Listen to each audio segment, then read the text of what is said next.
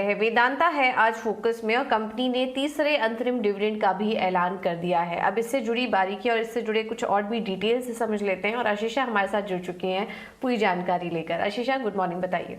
जी हाँ, वेदांता के board of directors की कल मीटिंग हुई थी और उसमें कंपनी ने थर्ड इंटीरियम डिविडेंड अनाउंस किया है 17.5 रुपीज़ पर शेयर का।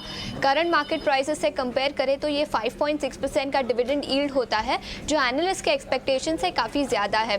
इनफैक्ट FY23 ने कंपनी ने टोटल 68.5 रुपीज़ पर शेयर का डिविडेंड अनाउंस किया है, जो कंपनी ने FY22 में 45 रुपीज़ पर शेयर का डिविडेंड अनाउंस किया था, उससे काफ़ी ज़्यादा है। याद रखें, कंपनी ने डी लिस्टिंग की ऑफर दी थी अक्टूबर 2020 में, जहां पर D listing price around 87.5 rupees के आसपास थी। तब से अब तक कंपनी ने 133 रुपीज़ पर शेयर का टोटल डिविडेंड दिया है।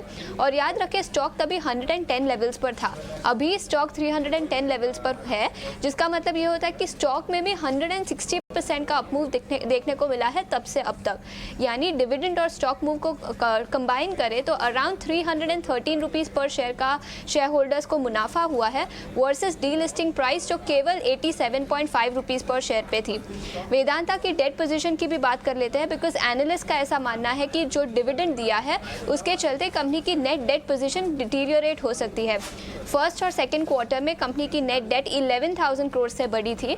सेकंड क्वार्टर के एंड में कंपनी की नेट डेट अराउंड 33,000 करोड़ के आसपास थी और अभी इस डिविडेंड के चलते अराउंड 6,500 करोड़ का कंपनी को आउटफ्लो हो सकता है।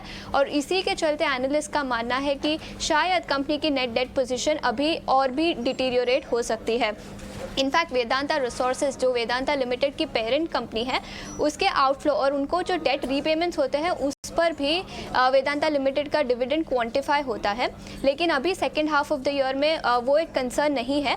और इसी के चलते एनालिस्ट का मानना है कि जो डिविडेंड का अमाउंट वेदांता रिसोर्सेज जो पेरेंट कंपनी है उनको मिलेगा, वो सेमीकंडक्टर बिजनेस में जो फोरे किया है कंपनी ने उसके लिए इस्तेमाल किया जाएगा। वेदांता पर एक नोट भी आई है जहाँ सिटी ने अपनी सेल की रेटिंग बरकरार रखी है और टारगेट प्राइस दिया है 235 रुपीज़ पर शेयर का। उन्होंने कहा कि डिविडेंड यील्ड अभी भी वेदांता पर काफ़ी अट्रैक्टिव है, लेकिन जिंक और एल्यूमिनियम बिजनेस पर उनका आउटलुक म्यूटेड है और उसी के चलते उन्होंने सेल की रेटिंग बरकरार रखी है और टारगेट प्राइस दिया है 235 रुपीज़ पर शेयर का। बिल्कुल, शुक्रिया आशीषा ये सारी जानकारी देने के लिए। तो ये वेदांता के डिविडेंड से जुड़ा एक जानकारी हमने आपको दी। शेयरधारकों को डिविडेंड के जरिए काफ़ी ज़्यादा फायदा यहाँ पर वेदांता में हुआ है और आगे हम देख रहे हैं कि जो फंडामेंटल्स भी हैं वो भी काफ़ी अच्छे नज़र आ रहे हैं कंपनी के। लेकिन डिविडेंड की क्योंकि हम बात कर रहे हैं तो ऐसे में हमने एक खास रिसर्च की और ये जानने की कोशिश की कि कौन कौन सी कंपनियां हैं जिसमें कि सबसे ज़्यादा डिविडेंड मिलता है और कौन है डिविडेंड किंग। इस पर एक खास रिसर्च लेकर हमारे साथ शरद दुबे जुड़ चुके हैं। शरद, बताइए। जी बिल्कुल, डिविडेंड एक थीम है, बहुत इंटरेस्टिंग थीम है।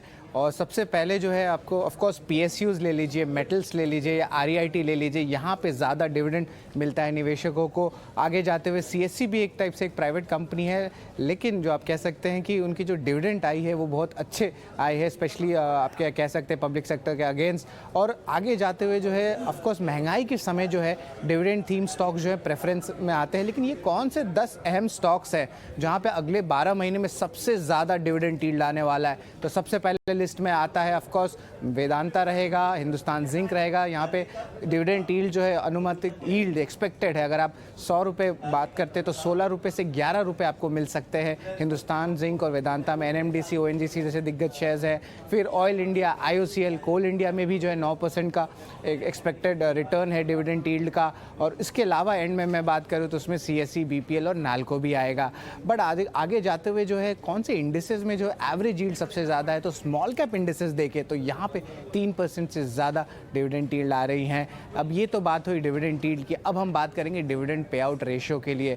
इसका मतलब है कि कंपनी जो है अपनी कमाई से कितना ज़्यादा डिविडेंड पे आउट देती है। और ये पॉसिबल इसलिए होता है कमाई से ज़्यादा डिविडेंड पे आउट देना क्योंकि वो रिजर्व से पैसा निकाल के देती है। और यहाँ पे आप 3 साल के औसत के एवरेज देखें तो देखेंगे कि बाटा जो है 2 रुपया, जो अगर आप 1 रुपये का मुनाफा हुआ तो 2 रुपया जो है बांटती है डिविडेंड पे आउट से 3 साल के एवरेज में। फिर सोना BLW आता है, यहाँ पे भी 2 रुपये देखने मिले।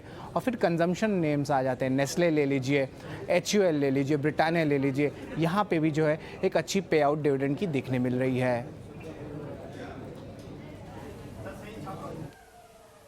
बिल्कुल। बहुत बहुत शुक्रिया शरद ये सारी जानकारी देने के लिए। तो ये डिविडेंड थीम देखिए, काफ़ी इंटरेस्टिंग एक थीम प्ले होता हुआ नजर आ रहा है। कंपनियों के नाम हमने आपको बताए, इनके नाम कहीं नोट डाउन कर लीजिए, नज़र रखिए इन कंपनियों पर, क्योंकि डिविडेंड के जरिए ही अपने जो शेयर धारक है, इन्वेस्टर्स है, उनको काफ़ी ज़्यादा फायदा इन कंपनियों में मिल रहा है।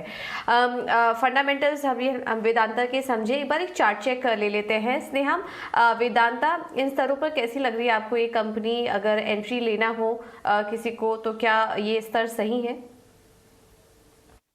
कि अगर आप पूजा देखें, आप रिसेंटली जो अपमूव आई है उसमें वॉल्यूम्स काफ़ी अच्छे थे। अभी काफ़ी समय से ये 200 डे सिंपल मूविंग एवरेज के आसपास ही ट्रेड कर रहा है। एक रेजिस्टेंस ज़रूर है इसमें 325, 327 के आसपास।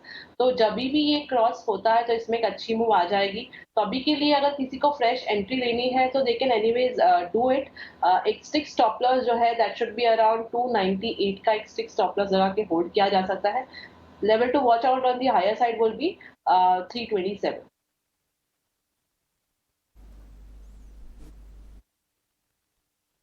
वेदांता पर आपको दे दी गई है। चलिए